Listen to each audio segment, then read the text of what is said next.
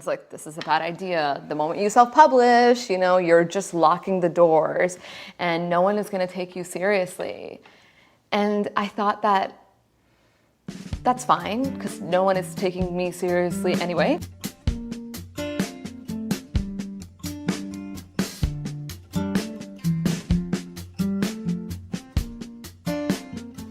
So I wanted to start with a crazy statistic that I read, which was a study that was done in 2015, which said that 6.7% of Americans have only read one poem in the last year. And it just kind of occurred to me that someone reading one of your poems on Instagram could mark the advent of their first interaction with a poem, which is kind of amazing and incredible. So congratulations on everything that you've done, and you are just about to embark on this huge American tour. And how does that feel? It feels amazing, and I'm really grateful, and I feel really blessed. I think it's like always it's difficult to answer that question, because for me and my life, poetry's always just been such a consistent part of it. Yeah. And so now everybody's like, oh my God, poetry is like everywhere. It's this crazy thing. And I haven't been able to really see that shift because it's always been around me. But I think it's so important. And I think it's important because poetry allows you to process emotion and it allows you to express it. And it's crazy that such a low percentage of people actually use it as a tool to heal and as a tool to share. And so I think it's great that we're in a time now where so many more people are reading and using it. Yeah. No, I completely agree. That was really how I felt reading your book, that it was just incredibly healing. And also, I loved it as a shorthand for ideas that I found really difficult to express myself. I could refer someone to this poem. I could just send them a screenshot of something, and I felt so lucky to have that as a tool in my arsenal that I could kind of draw on and be like, this is what it feels like, here. So that's incredible. You're giving people more words, more language. It's incredible. Thank you.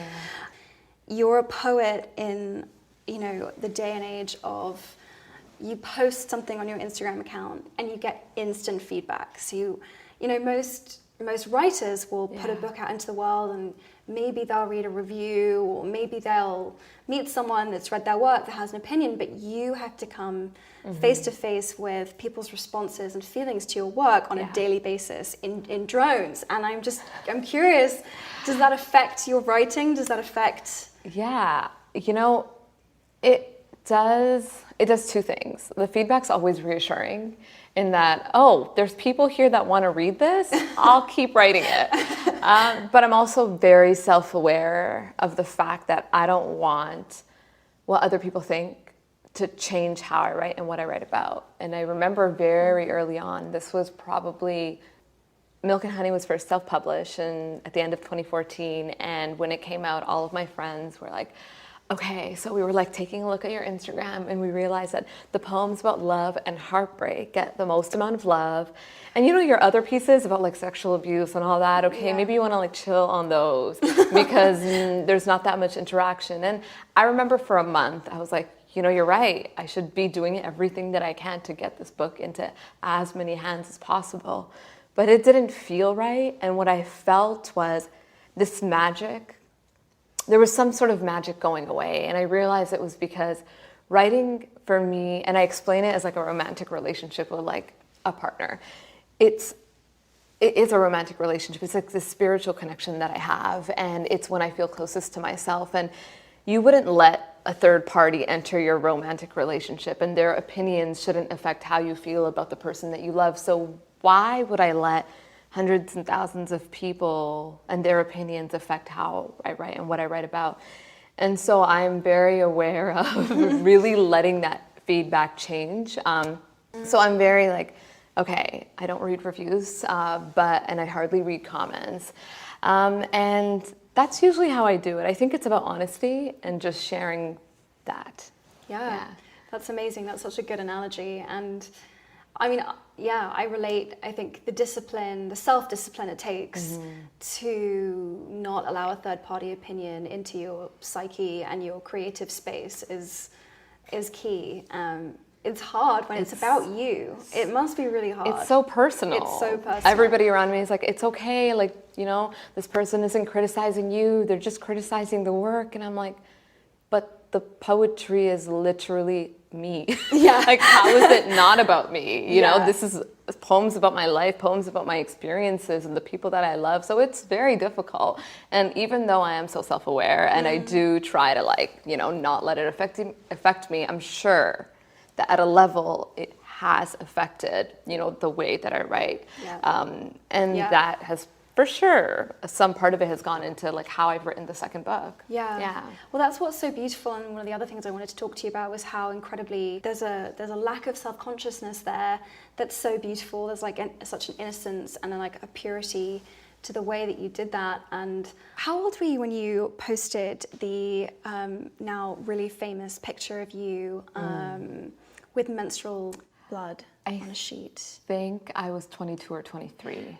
That's amazing to me, because I remember, I mean, I had more confidence at that age, but me too. still, yeah, but I still, I wonder,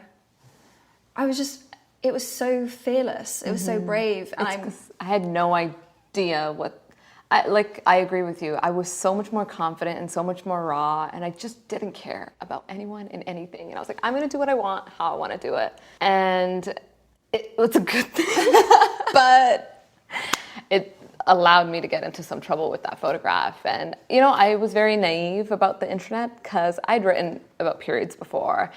There's a poem about them in Milk and Honey. And so I thought that this photograph wouldn't be a big deal. It was a part of a school project, and, you know, the class loved it and it was going well. And so I thought, it's fine. Like, my readers know that this is how I feel about this topic. Yeah. And initially, though, my readers were like, they embraced it. Like, the initial response was like, oh my God, like, we love this is amazing. But when it got out of those circles and when it went into other circles, that's when the trouble sort of came. And I feel like the experience brought this anxiety of people having so much access. Because I remember thousands and thousands and thousands of comments coming in by the hour, and figuring out at a young age how to manage that. And I think that really took that naivety away. And now I'm a lot more careful. And I wouldn't call it self-censorship, but I think that the more that you grow and the more that you realize that this is how many people have access to this, the more that you think, am I ready to share this or not? Yeah. Your caption, your response to that, the patriarchy is leaking, was so brilliant. And thank you. I don't think it occurs to women how much they're being censored, and how much being a woman is censored. Exactly. I had the worst dinner with a friend the night before last, and the words came out of her mouth, you don't realize how much the world hates women until you are breastfeeding. And I'm like, that is just, no one should ever say that. Those are words that should never come out of a woman's mouth. I agree. And it made me so sad. But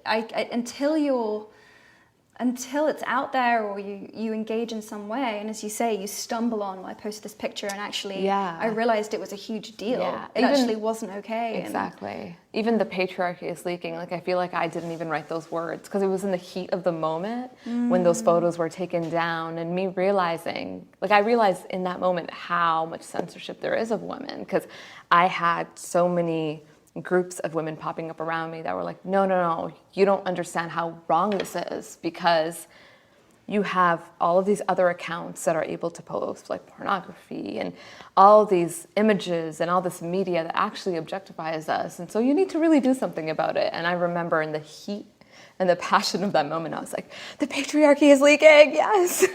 So good. It's so good. It's so good. You self-published. I did. Your work was originally rejected, which is crazy, as so many great writers' work is at the very beginning. Tell me, what does that mean for a writer to be self-published? What is that? I think traditionally it's not a very good thing. It's kind of saying that, hey, and that's what my professors were like. The first thing I did was go to my professors and say, hey, you know, I write poetry and I think I want to publish a book because my readers are asking for it.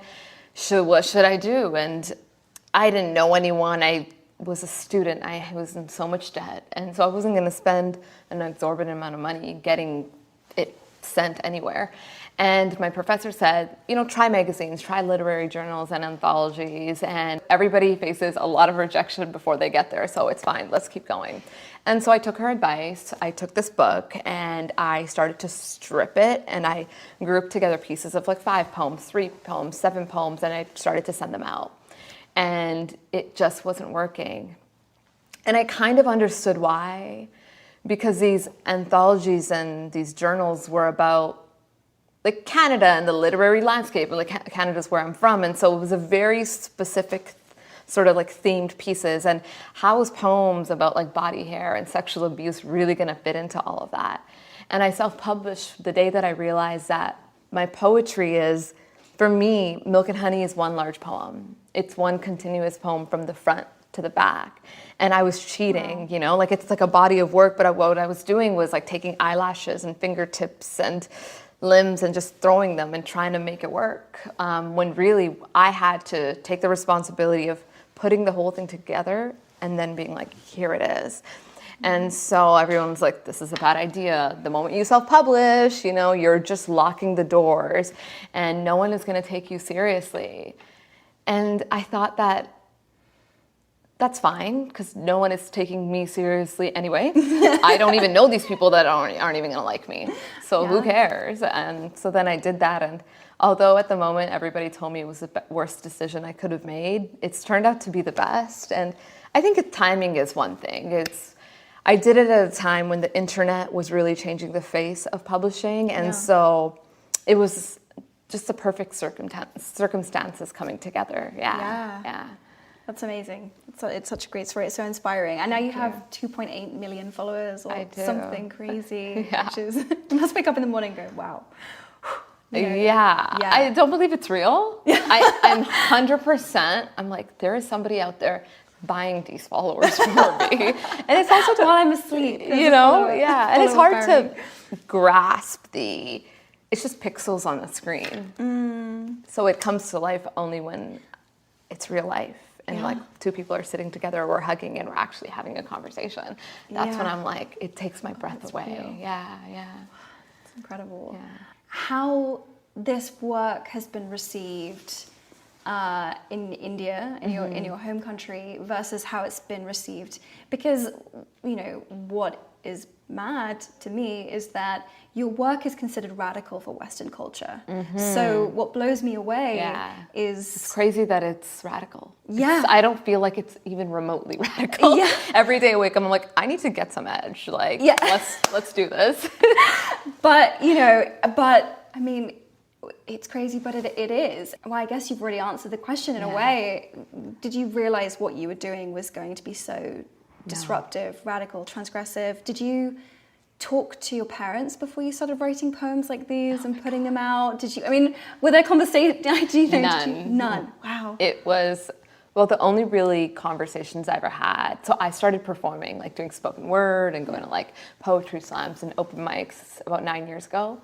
And my parents had no understanding of what that meant. And they were I have immigrant parents, and my mom stays at home with the kids. I have 3 younger siblings, and my dad is a truck driver. So he's like, listen, girl, you need to study 28 hours in the day, 8 days a week. I don't know, you're gonna make it happen, and you're gonna become a doctor, a lawyer, or something, because you will not like work your body to the bone like I had to. And so when I would ask them, hey, like drop me off to this thing, I'm gonna be performing, in my dad's mind, he's like, what does that even mean? And no, you're not going there. And so because I got such a negative response from them early on, I didn't tell them that I was sharing my work online, or I didn't even tell them I was gonna self-publish. And I used to have nightmares when I first started to share my work online, that there was pieces that are about like sexuality and exploring that, and that's not something that we talk about at home. So I would have nightmares that somebody, like some ex-boyfriend, is gonna print this stuff out and just hand it over to them. And luckily that never happened. But I remember that when the book came out, I went home and I was like, I have to tell him. And so I kind of dropped it off. My dad was having breakfast and I was like, here it is. And since that day, everything shifted. It was like in that second, it was a complete 180. And he went from being like, no, you're not doing this weird poetry mic thing, it's a waste of time, to being like, oh, this is a book, I understand this, and how can we help you push it forward? Wow. Yeah. My mom still thinks that the sexual pieces are a little bit too much. And she'll be like, to my sister, she'll be like, I'm really happy that I can't really understand everything that you're saying. It's a little bit, but they support me, and I feel very lucky because I know that a lot of other parents coming from the community that I come from wouldn't push their daughter to do what I do. So I feel very blessed to have them. Yeah. That's amazing. And what do you think gave you the strength, the resilience, the fearlessness? What kind of inspired that in you? I think my dad, which is so ironic because he's the same guy that was like, stop. But I mean, he's a refugee. And so I hear about the things that he went through back home in India and what he had to do to save his life. And I remember I came over as an immigrant when I was 3.5. But I remember being 5 years old, 7 years old, and being at protests like all over downtown Toronto. And I had no idea what I was saying, but my dad was like, listen, this is what's going on. There's like things called genocides and there's things called this. And we're just going to go up there and we're going to and I was like, what are we doing? And just like this little old me, And I think that sort of spirit really, really empowered me. And then when I grew up and I was a part of like local activist groups and youth groups, he was like, no, like, don't do this. He's like, this is what got me into trouble. Why are you doing this? And I used to laugh because I'm like, I'm your daughter. Can't have it both ways. Yeah, exactly. But I think you describe it as like this fearlessness. Yeah. I don't even see it like that because it's just my norm. Like seeing your dad and even my mom like deal with things that she had to deal with. It's just a norm in my house. And so I owe it to them. Yeah. Yeah, that makes sense. I mean, I guess that's what's so, his existence made his life political. And exactly. Yeah, that's just the day-to-day. Exactly. Yeah. I really appreciated the poems where you deconstructed your own misogyny, especially the one about, I apologize to any of the women that I said were pretty before I called them intelligent or brave. And it really resonated because I've had to do so much unpicking of my own stuff. And you've also said that social media is can be a really difficult place to maintain a healthy sense of self and self-esteem. And I'm curious how you navigate those choppy waters and keep sort of finding this well of self-love and love for yourself as a woman, as you are in a world that doesn't support that actively does not support that. I think it cycles. I grew up, I don't know, for some reason, like I always felt too much and I thought too much and like very low self-esteem, non-existent, and like I was, like there was a point where my self-esteem was so bad that I would have to shower with the lights off or even brush my teeth with the lights off because if I like had to see my face in the morning, I would disgust myself. And to go from that to then being somebody who's working on Milk and Honey, my confidence during that time was amazing. I was like, I'm great, all right, cool. And then I thought that would just stay around forever and I'd always be confident and just feel beautiful and not be down on myself all the time. And then suddenly, I don't know how or why, but then it dropped all over again. And I was like, what? And I was like, how can I be sharing this message, but yet waking up every day and criticizing myself?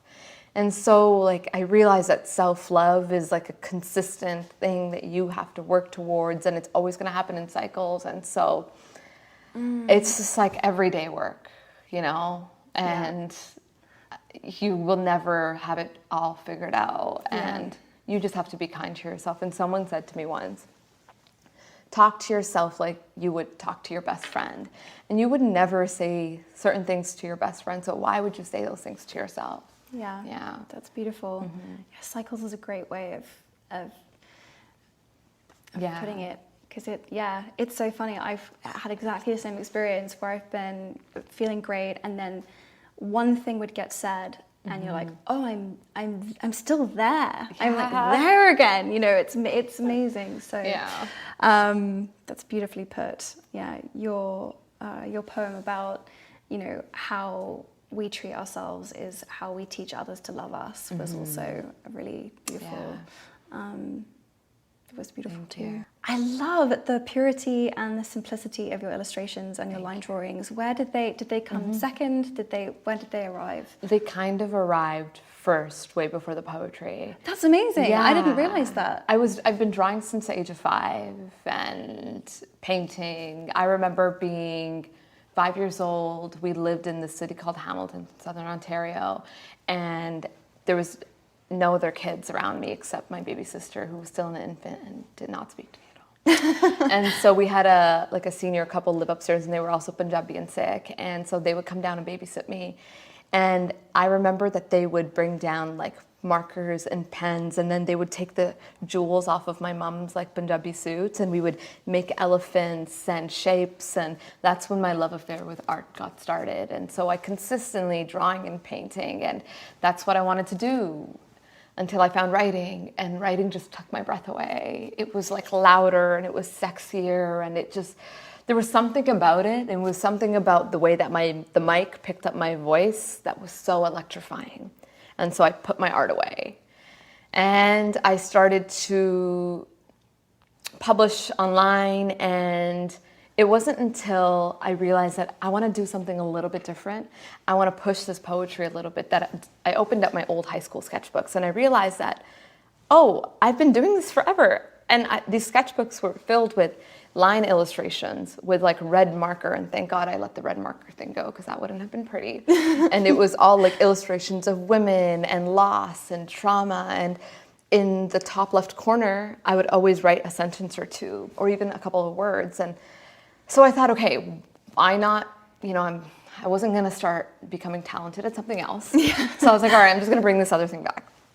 And so I started to do the digital illustrations, and 50% of me was like, this is a good idea. And the other 50 was like, this is kind of silly. But that was one of the moments where the feedback from the readers really helped me keep going. Keep it going. Yeah, because they were like, oh, cool, we love this. Keep making more. And I remember the first night that I made them, it was December of 2013. I think I made like 10 to 20 illustrations that night. And it's just been like there ever since. Yeah. Amazing. Your work is also performance art as well. You're kind of your own canvas in a funny way, and even the way that you speak and gesture, and the way that you dress, and I know it's been really important for friends of mine that you have worn traditional clothing on your Instagram as representation. And are you starting to think very carefully? And is it strange to think about how to curate yourself? It is strange. Yeah. Yeah, I was curious about that. My love affair, I've always had a love affair with fashion. Yeah. And I think it comes from the fact that growing up, I had no access to the clothes I wanted to wear. And my parents, they dressed me for years in the clothes we brought from India. And I have photos on photos with boy clothes on, and some of the boys' clothes even said boy on it, Wow. It was like, come on, Didn't even wear a single dress growing up. And so I remember there's this one vivid memory where one of my aunts, she worked at like a Sears outlet, and she felt really bad that I was always dressed up like a dude. And so she bought me these red corduroy pants, and they were like on sale. They were probably like $7. I remember she came over and she was like, oh, I brought these for Rupi, like let her try them on. And my parents were like, no, like we don't want to, And then she was like, no, like she like shoved me into the bathroom. And I remember putting them on, and they were bell bottoms, and they had like flowers embroidered at the bottom. And I cried, and it was the first time that I felt like a girl. And that's when I was like, whoa, I love dressing. And so it's been important for me since, and especially wearing, like for my UK tour that just passed in, I think it was April, I only wore Indian designers. And that was so important because I remember I used to be so embarrassed going from the Gurdwara, which is the Sikh temple, and trying to go to the grocery store. My mom would be like, oh, we're already out. Let's just go do groceries. And I was like, are you kidding me, woman? Like, are you trying to ruin my life? You know, I already look like an alien and now I'm going to dress like one too. And so to go from that to being like, oh, I'm actually going to go out of my way to wear Indian clothes in front of 3,000 people. It's just such a flip. Yeah. So cool. Yeah. It's so cool. And I really picked up on like the specificity and that there was like a very careful choice there. It's so beautiful and really, I know, really empowering to so many women. So thank you for doing that and being so conscientious in your choices. I think it's important. Like, growing up, I didn't have many people who look like me doing what I do. Yeah. And I have that platform. And so it is political. To use it. And it's funny because you do, like, you doing that in the position that you are, it gives permission in a strange way, and it makes it okay. And in the same way with you talking about the topics you're talking about, you gave me more permission to talk more about.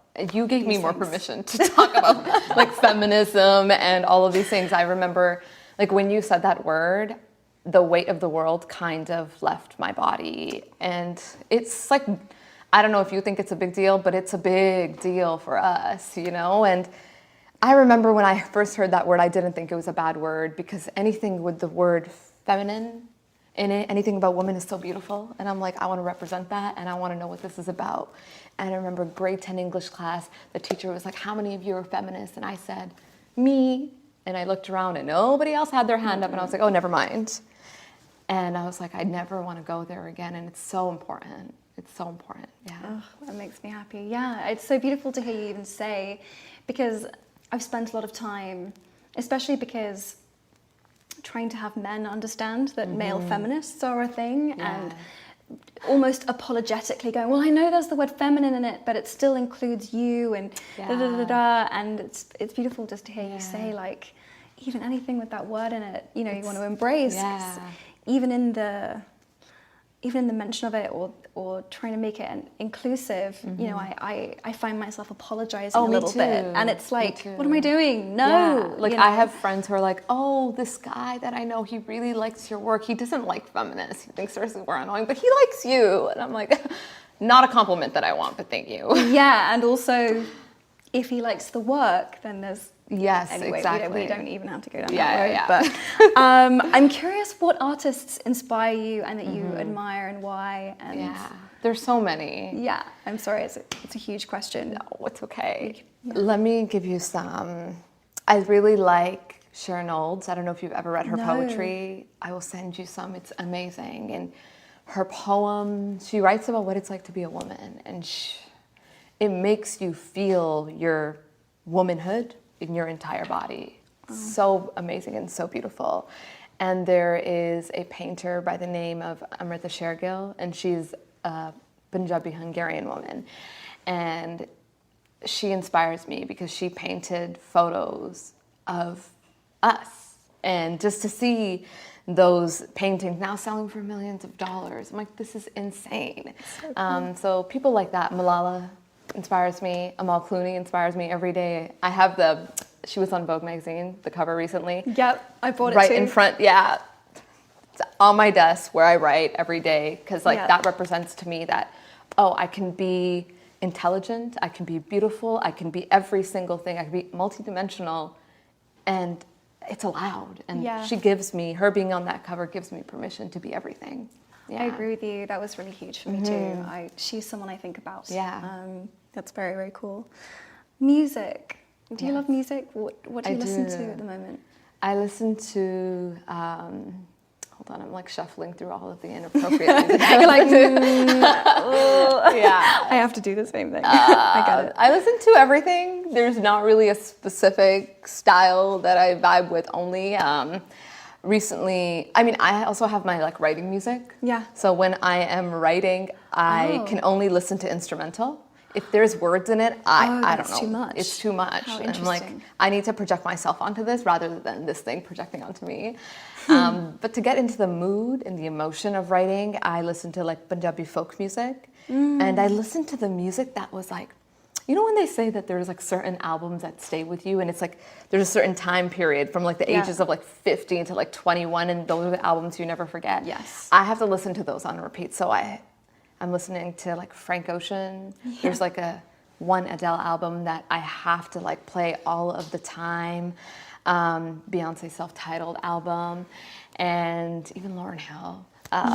You know, they really bring me back to that place where I was while writing about the really difficult topics. So I listen to those to get into the mood, and then I put on like my qawwali's and my like Eastern music, and then eventually I go to like the instrumental, and that's when I get to work. Oh, amazing. Yeah.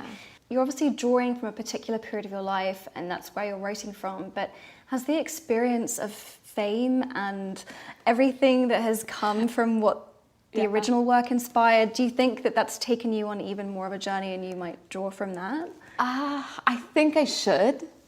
I think it's a really weird experience, and I don't, nobody really asked me that question, and I never talk about it because I'm like, nobody wants to hear me complain about that. But it's a weird, unnatural juxtaposition in your body. And I haven't figured it out yet, but I know that I need to write about it.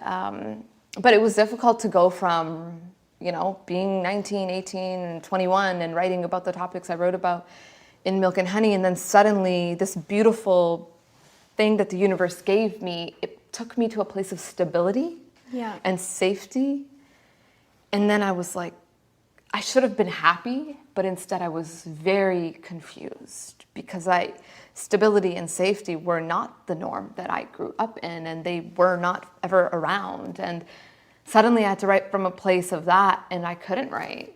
And I had to teach myself to write from that place. And I still haven't fully figured it out yet, but it's like years in the making, you know.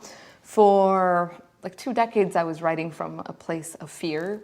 And now to be writing from a place of power, I'm still learning how to figure that out. Yeah.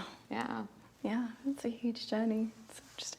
So I want to make sure that I ask you some questions from my book club readers who loved your book, and they're so sweet. Yeah, they are just so delightful with the photos and the messages they've been sending me. So thank you to all of them for reading the book. Yeah, you'll see there are some beautiful questions, and people really loved the book. So this is from Viviana. Rupi, I wanted to say how beautiful your writing is. I wanted to ask, where do you enjoy writing? Is this something you prefer to do in private, in a coffee shop, in a park? Do you write by hand, or do you write, with your computer? So I've tried all of those things. Yeah. Writing in a park is too messy. I get dirt all over my clothes. It's just not a good look. Writing in a coffee shop is too loud. I've yet to find a very quiet coffee shop. I like to write in my bed or on the couch. And I think it's because it feels casual. Yes. Versus like this big oak desk and me trying to be like, all right, I'm a writer and I'm going to write something brilliant today. So it's usually in one of those two places where it's quiet, really, and a space that's empty, not cluttered. And I write both by hand and on the computer. So every day I have the practice of writing by hand, and it's a lot of free writing. There's no intention behind, what this is going to look like. But it's trying to keep that writing muscle active, because writing is a muscle and you have to continue to work it out if you want it to stay strong. And there was a time when I stopped writing for a year and I lost it all. But then, and then I take the pieces that I like from my journals, I transfer those to my laptop, and that's when I begin editing. But then what happens is that there are pieces, you wake up one morning and you already feel it in your body and it's already finished, and it's almost like playing like a song in your head, and there's no time for no notebooks or pencils, and you run to your laptop and you're like, just got to get it out. Yeah. So I think you just have to you have to go with what works for you. And I've read so much on what other writers and authors do and what advice works for them, but you have to do what's right for you and what feels right. Yeah.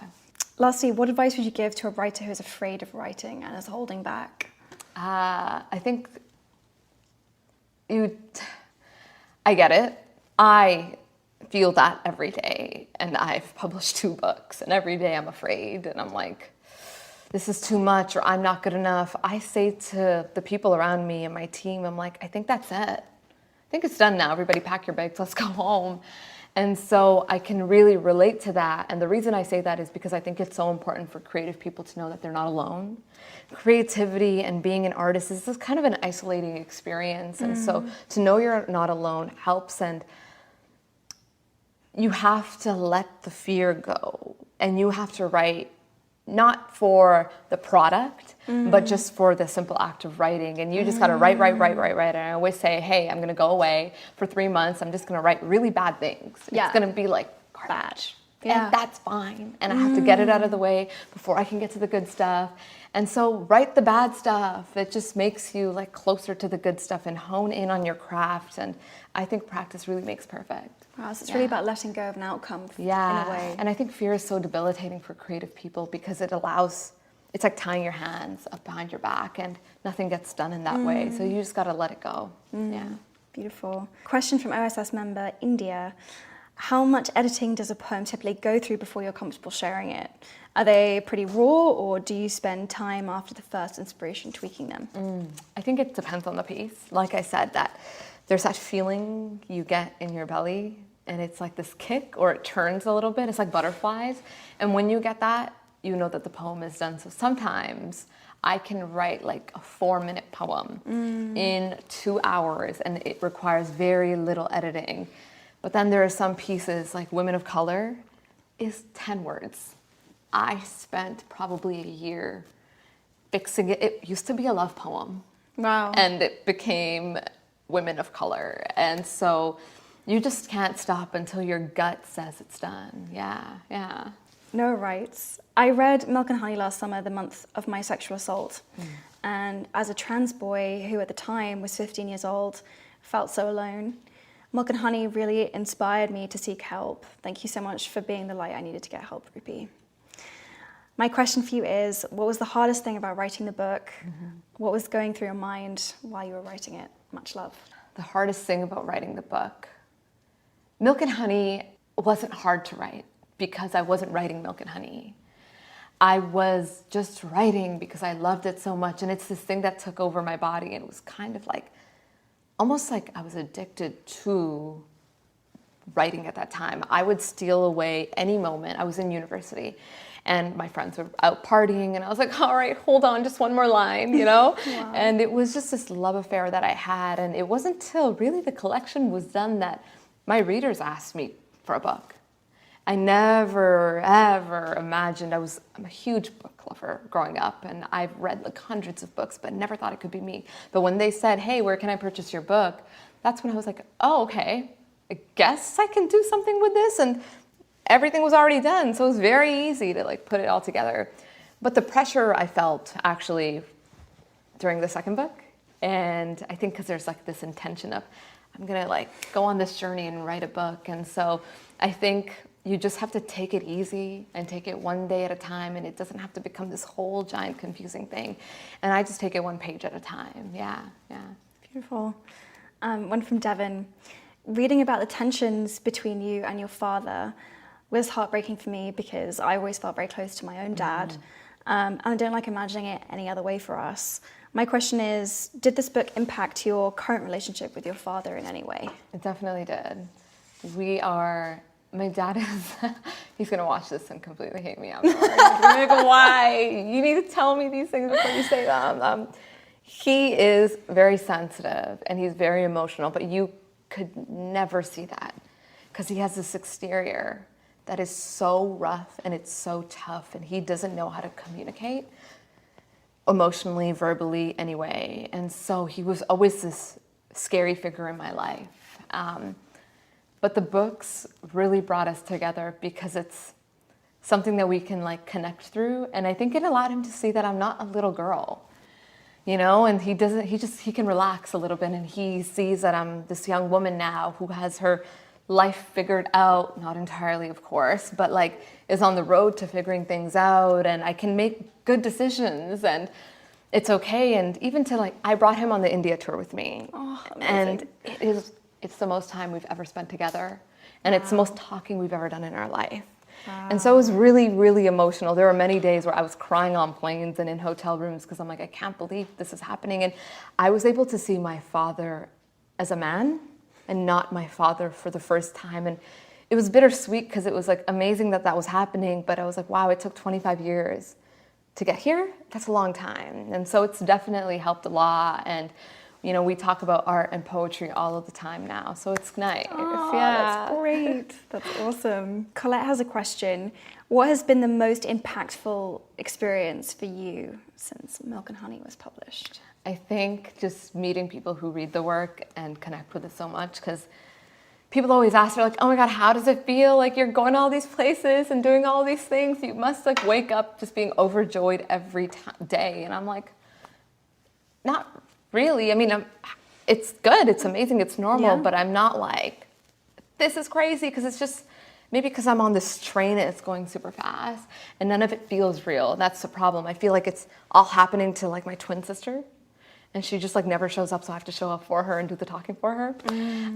But then I meet people and they're like, I love your work and this is what it did for me. And those are the moments where like all the emotions come out and I'm like, oh my God, this is important and I have to keep going. Yeah. Unicorn wants to know, did you get any backlash or hate from your community because of writing about these issues? And if so, how do you deal with it? I myself am an aspiring novelist and poet, and the only thing holding me back from publishing is my fear from my conservative community. Yeah, I get that. I think I remember a month before Milk and Honey was self-published, I couldn't sleep anymore. It was like consistent anxiety of like, what is gonna happen to me and what are people gonna think? There's no answer that's gonna be good enough. But you just have to ignore it, because what you're doing is so much stronger than that small group of people who are saying that you're too loud, it's unattractive, and it's not sexy, and you kind of, you just have to ignore it. I remember I used to perform about, a lot of my early work was about abuse and violence that's inflicted on women's bodies. And I was this little like 17-year-old, and every event that I went to, it's all I talked about, and people would roll their eyes at me and they'd be like, oh God, she makes everyone so uncomfortable. And I felt so unattractive. But I was like, no, like I have to tell the story. If you silence me, like you silence so many other people, then who's gonna tell it? And so you just have to tell it, because there's so much empty space that needs to be filled with stories like these. That's beautiful, the way you talk about how by giving yourself permission, you give other people permission to show up with their vulnerability, with whatever it is that they're carrying, whatever their story is. And that's that you feel that sense of responsibility, not just to yourself, but to other people and to other women. That's amazing. I hear that you are working on short stories, screenplays, and songs. Do you compose music? Do you play an instrument? Can you share anything that you're working on right now? I'm working on a play. I wouldn't even say songs, because I think I'm so terrible at it. And no one should ever have to hear me sing. That would just be a crime. I used to sing though, like I sang, and I played the harmonium for like 8 years. I'm sure you sing. No, I have an instinct that you probably sing beautifully. People keep saying that, and I'm like, it's because there's such a musicality to the way that you speak. So I feel that's what they say. It would be hard. So now I'm working on something. Okay. But I don't call them songs, because they've said the same thing. They're like, but it's the way that you sort of move and how the words sort of like leave your mouth and the rhythm of it, that this would be so amazing if it was something like audio. So I'm working on something related to that. I'm more excited about the play because it's coming together really quickly. I've performed so many shows, but I've never seen my work because I'm the one putting it on. Right. But I was in New York for about a week in New York Stage and Film. It's like this little workshop that I did for a week, and to put these poems in the mouths of other people and then be in the audience was so electrifying. Wow. And so that's what I'm working on. I've written like chapters of what might be a collection of short stories or maybe fiction or maybe even a memoir. But it's a different part of your head that you have to use when you're writing like longer prose versus the poetry. And so I think I have like one more collection of poetry in me before I move into longer prose. Yeah.